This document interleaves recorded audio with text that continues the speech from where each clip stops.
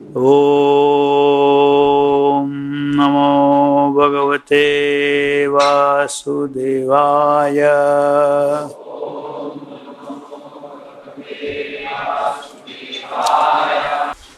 Reading from Srimad Bhagavatam, 4th Canto, Chapter 16, Text 22. Ayam mahim gam duduhe adiraja prajapatir vittikarah prajanam yo lilayadrin swa sharasa kotya Bindan samam gam akarot tindraha. Translation purport by Srila Prabhupada ki Jai. This king, this protector of the citizens, is an extraordinary king and is equal to the Prajapati demigods. For the living facility of all citizens, he will milk the earth, which is like a cow. Not only that, but he will level the surface of the earth with the pointed ends of his bow, breaking all the hills exactly as King Indra, the heavenly king, breaks mountains with his powerful thunderbolt. Text 23.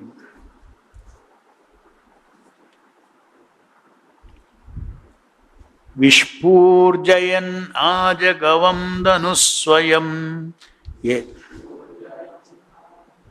Yadacharat kshamam avishayam majo tadanililyo dishi dishi asanto langulam udyamya yatamrigendraha. When the lion travels in the forest with its tail turned upwards, all menial animals hide themselves. Similarly,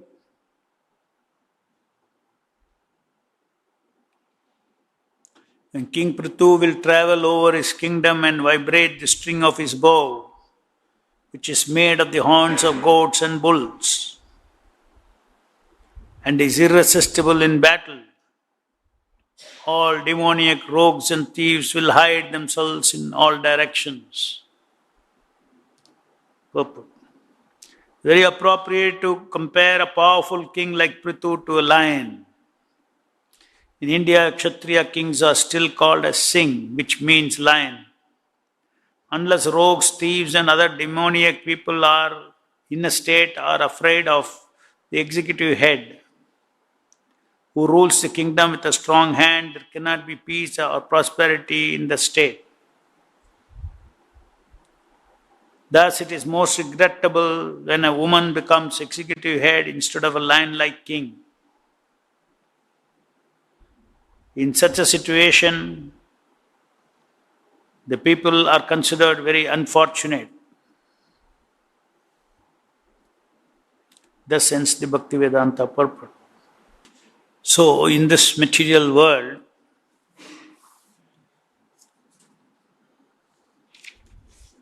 the ruler, the king, is ideally the representative of the Supreme Personality of Godhead, who will facilitate life of all citizens in line with the designed scheme or schemes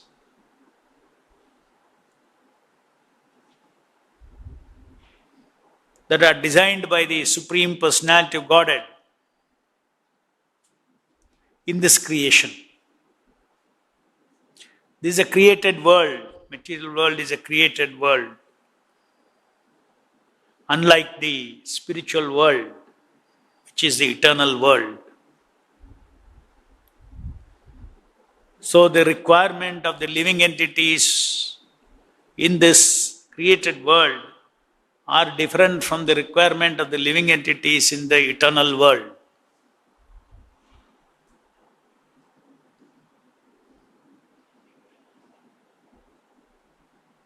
The living entities are all same.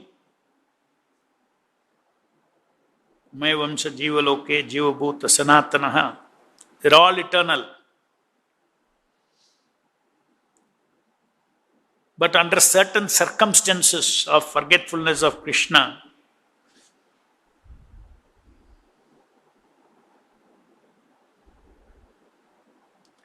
one becomes independent, and for all those independent living entities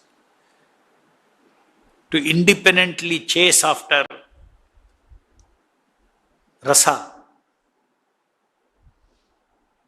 this material world is organized by the Supreme Personality of Godhead so that those living entities can engage in fruitive activities and enjoy the fruits of those activities, and also can enjoy sense gratification. But whether it is the fruits, the form of sense objects, or enjoying those sense objects,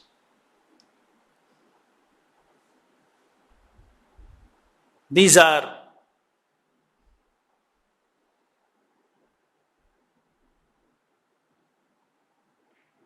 based on the living entities' independent earning. That independent earning is called the laws of karma.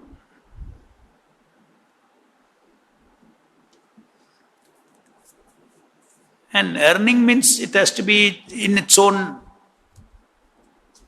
how you earn something. You earn something when something is getting paid for. So in this material world, the living entities do yajna, dhana, tapas, all these different kinds of punya karmas that will earn good fortune or good karma, and then they can enjoy.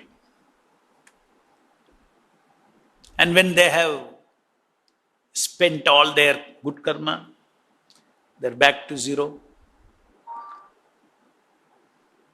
Unless they have renewed their account and created fresh punya karmas.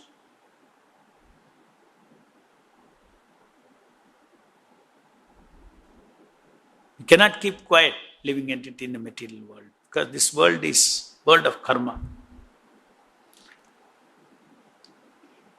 Every action has a reaction.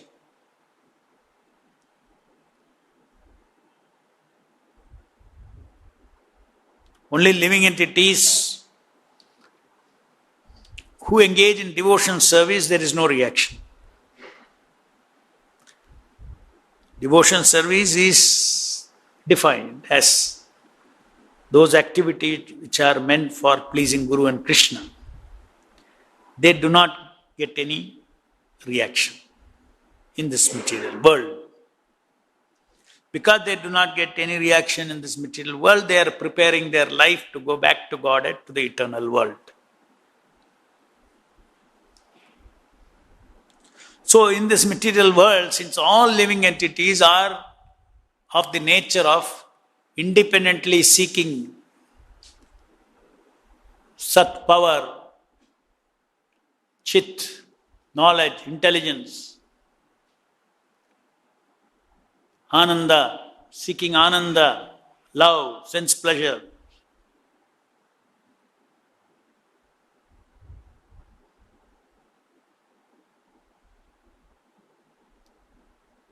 Since they are all independently seeking,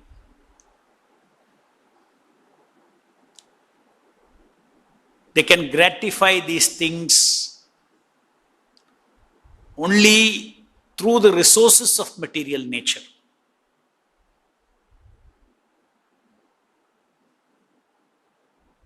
When do you say a person is powerful? When he has got power with him. Power is outside him. When he possesses power, then you say he is powerful.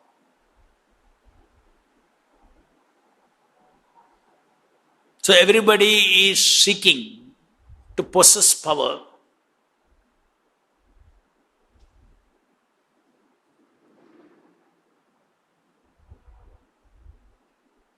Possess knowledge, intelligence. Possess love, objects of love. Possess objects of sense enjoyment. So all the living entities in this material world are continuously in the process of chasing after possessing Sat, Chit and Ananda.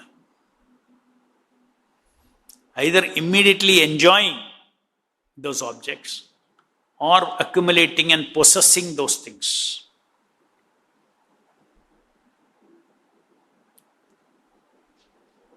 So the resources are common. One earth is there.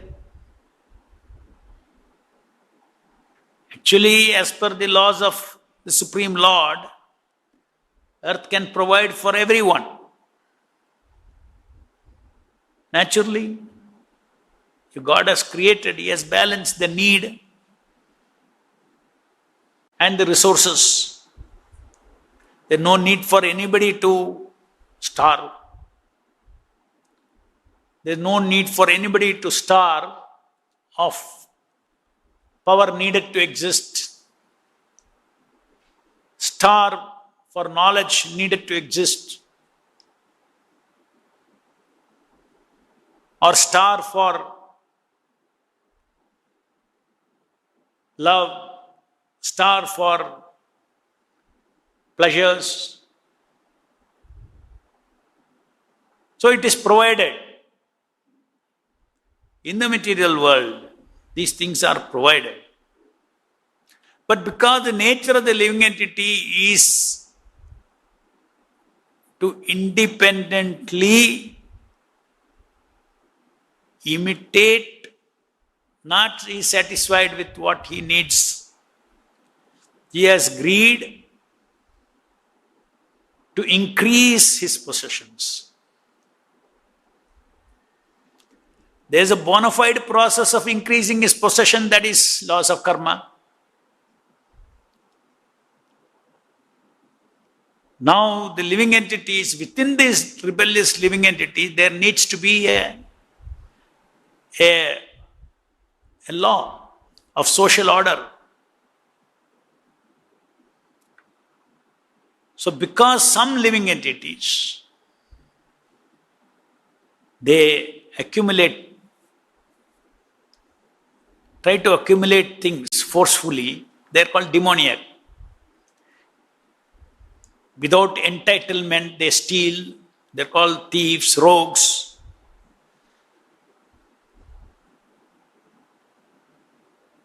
So to control and to give fairness to all living entities, as you sow, so you reap. Administration is required, and that is the king. King's role. So as is described here, the king should also be like a terror for those who disturb the social order. The social order is do not steal somebody else's entitlement. You do your karma and you enjoy. You earn and you enjoy. And the king says that I will see that somebody does not snatch away your entitled enjoyment. And the king also says that I will ensure that you do not grab somebody else's entitlement.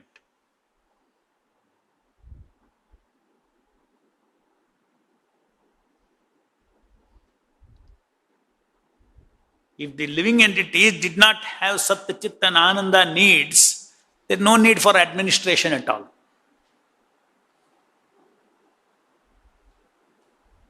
it becomes a spiritual world where one is given Sat Prasadam, Chit Prasadam, Ananda Prasadam. In this material world, you have to earn Sat, Chit and Ananda. But the Sat, Chit and Ananda that you earn in this material world, because you want to earn yourself and Krishna is not connected, you get Asat in the form of Sat, believing it to be Sat. Achit, believing it to be Chit. Ananda, love and sense pleasure, believing it to be real.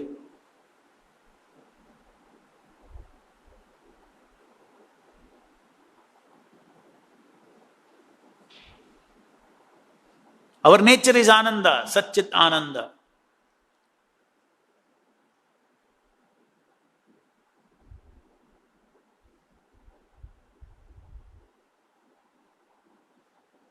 Our nature is Ananda. Everywhere we are seeking after Ananda.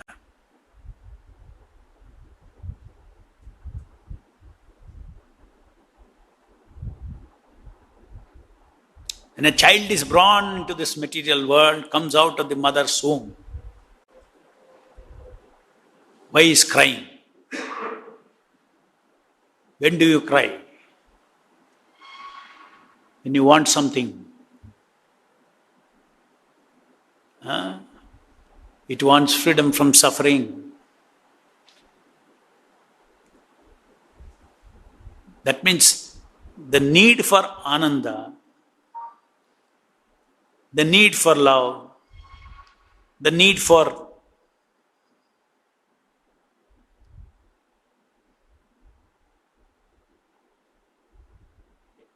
sustain existence. Nobody teaches any Atma. Are we educated, therefore we are seeking Ananda? No. When the child is born, birth itself it starts. That means the nature of the soul is Ananda. Nature of the soul is Ananda.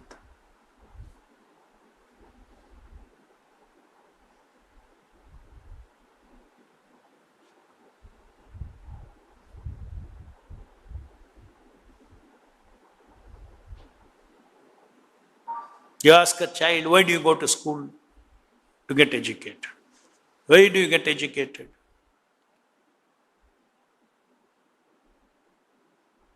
To get a good job. Why do you want to get a good job? To earn money. Why do you want to earn money? So I can get possessions to enjoy. Ananda. Ananda is the nature of this. Nobody teaches one to run after Ananda.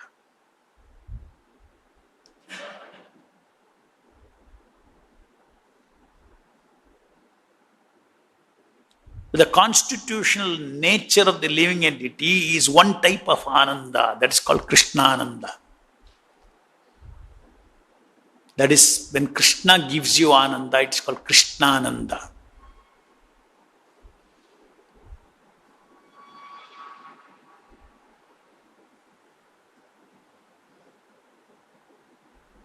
Then without Krishna, you want to earn Ananda. Ananda of Satya, Chitta and Ananda. Sattananda, Chittananda. When you want that Ananda, without Krishna, not as prasadam,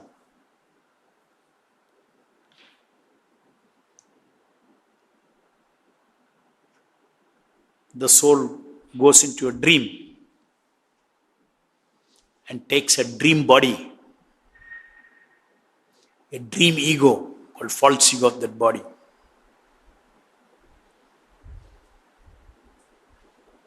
And this material world is facilitating that dream to get momentary Sat, Chit, Ananda. Momentary Sat is not Sat at all. Sat means it has to be permanent. Anything that goes into non-existence is not Sat at all. But it looks like Sat. Looks like this building will always be there. Appearance. It is not eternal. Even till dissolution, even if it is there, at the time of dissolution, everything will vanish.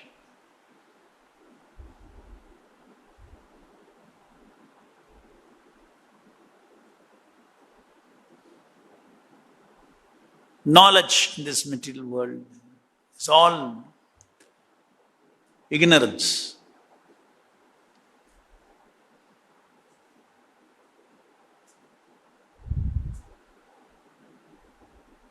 Knowledge of all relationships, my father, my mother, my this thing, my property, all lies. It's called achit, lies. Temporary one, first of all. Then everything is lies.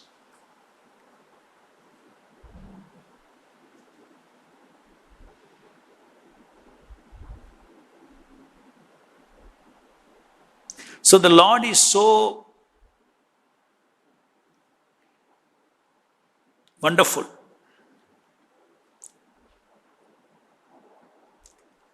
that even in this situation of forgetting the Lord, He has created this material world with full free will for the living entities to remain here perpetually under the laws of karma and do fruitive activities and enjoy life or suffer life due to your past karma, means papa karmas. So law of karma is already giving that kind of a punishment. But the king has the obligation as a duty to guide the living entities, to protect the living entities who are innocent, who want to abide by the laws of karma, they want to be dharmic souls. Dharmic soul does not mean they are bhaktas.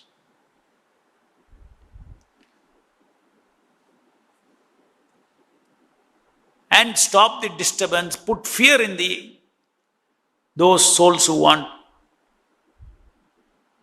do not want to follow the laws of the prison house.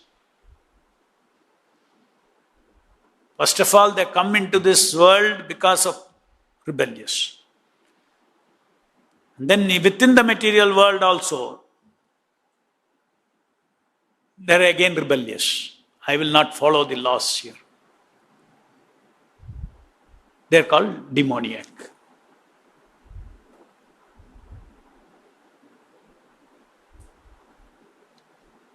Devotee means going beyond this. Daityas and, the Asuras and the Dhanavas, beyond all that. Because he has put an end to this business of independent existence. I cannot be separated from Krishna, the Supreme Lord, who is my whole, who is everybody's whole. The whole is common. Just like a ball of gold. So many parts are there. For all of them, whole is one. Similarly, the super soul in you, super soul in me, super soul in everybody is one. Soul functions because of the super soul.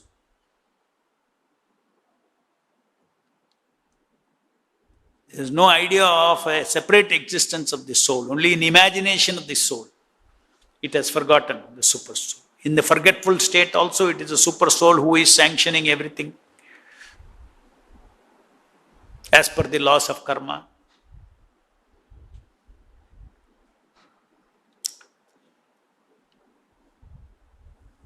So here, like a king, he is like a lion. And there is something Prabhupada is saying, thus it is most regrettable, unless the rogues, thieves and demoniac people in a state are afraid of the executive head, who rules the kingdom with a strong hand, there cannot be peace or prosperity in the state. Thus, it is most regrettable when a woman becomes the executive head instead of Lionlike king. Now, these things should be understood in the right context. If there is a lion-like woman, very good. No issue. Huh? People sometimes, they take this sentence of Prabhupada and say he is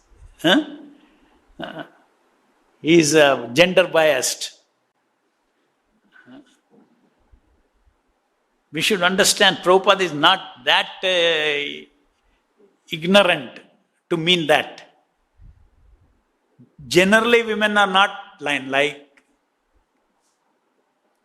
Right? So, in the general assumption, it is most regrettable when a woman becomes executive instead of a lion-like king.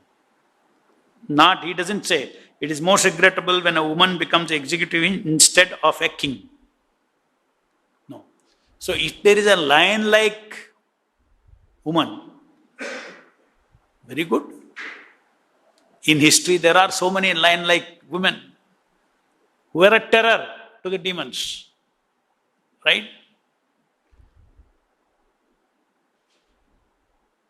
So many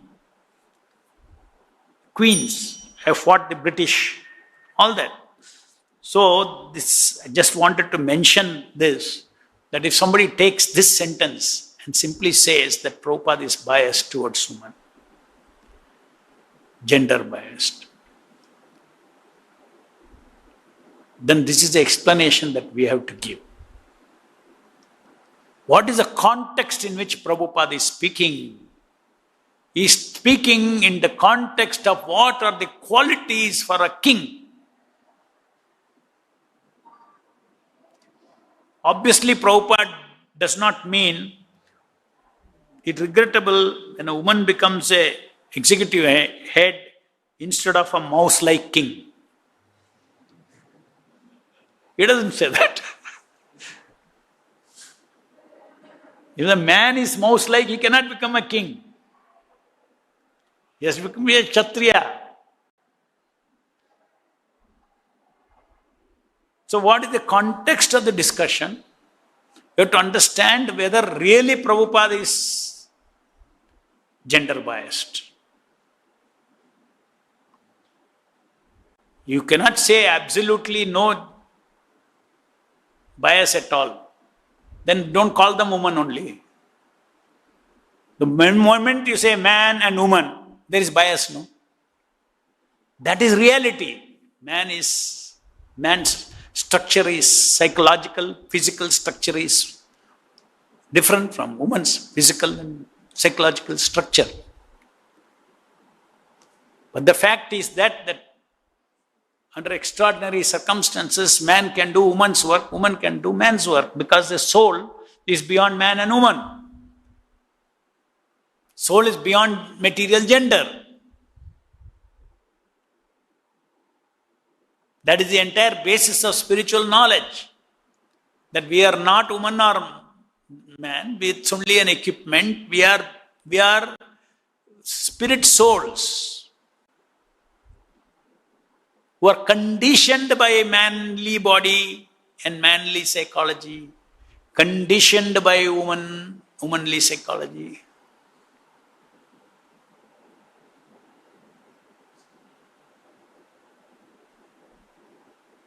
Sometimes you see some parents have only one child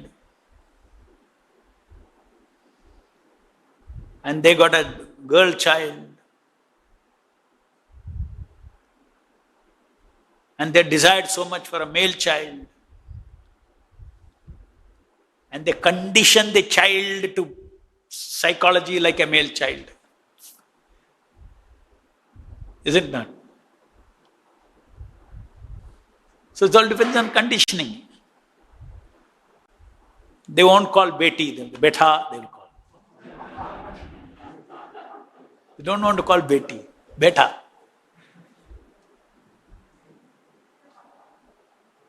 So he is also hearing.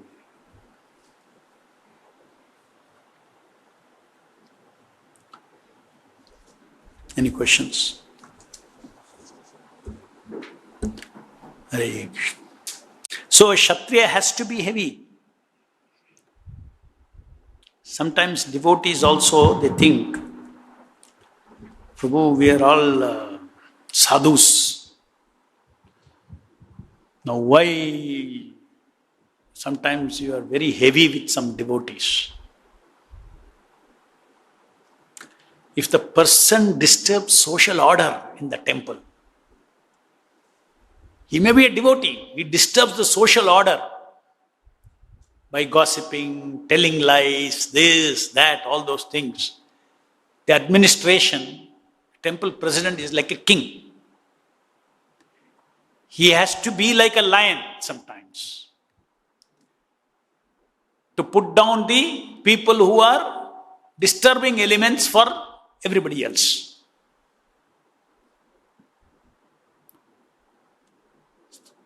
So, he has to understand this is one of the duties of the temple president.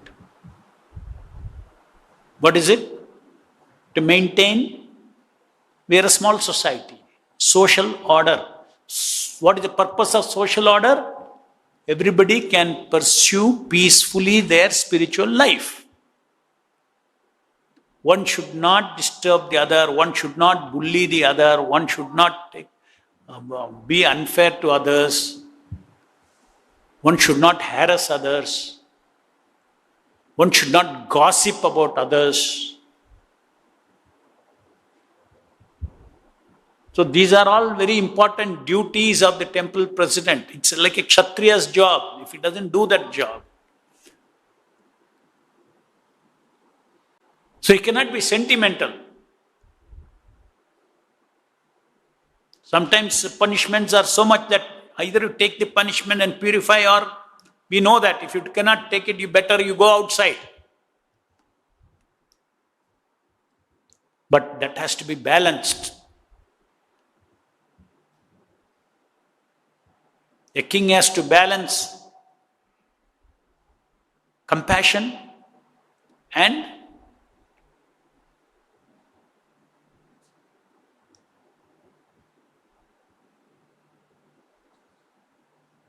heaviness.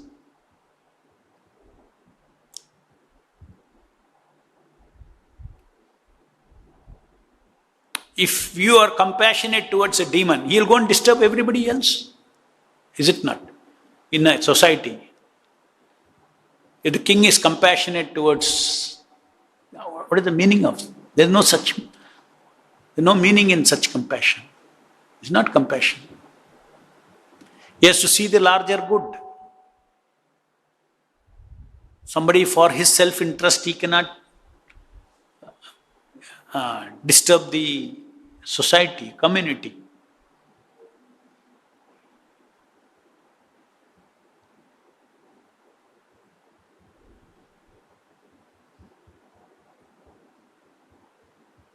So, any community, any society means there has to be a social goal. We have a social goal to run this temple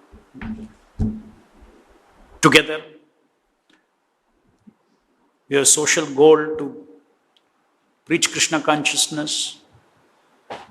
We have a common goal to peacefully execute, have an atmosphere to peacefully execute our devotional service.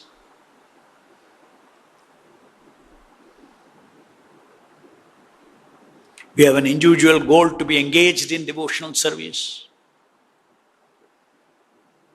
So everybody has to do their duty. Disturbances will happen, no doubt, because we are all conditioned souls. Some devotee's nature will be such that he will bully the others, especially younger ones. He will bully. He takes pleasure in that. Then the temple commander has to call him and tell him, you cannot do this. In your school you could have done, not here.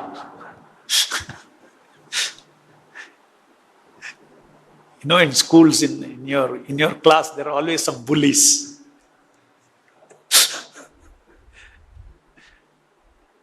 So we have to be very careful. It is all. So the authorities have to be alert. See, everybody has got different duties.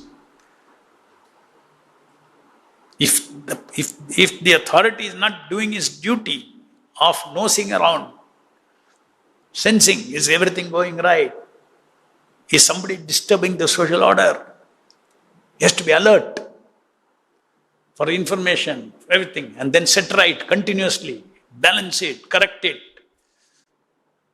Fortunately, here we have all come for Prabhupada's cause. So it's very easy to correct. It is our past conditioning that we may do such things, self-centered things. But if preached, then immediately change. That change is called Vaishnava association. You learn how to live with the association of Vaishnavas. You learn how to accommodate. You learn how to sacrifice in a community of Vaishnavas.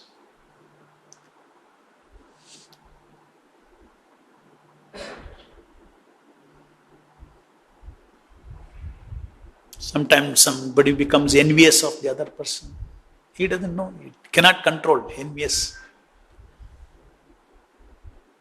They have to be taught, preached. So continuous preaching is required within the community. Very important. For the community to be stable, to maintain a social order, to give peace to each member of the community. Each one knowing their limits. What is their limits? What is their empowerment? What they can do, what they cannot do. In terms of interpersonal relationships, etc. Question? ग्रंथराज Shrimad Bhagavatam की जय, जगत गुरु श्रील प्रभुपाद की जय.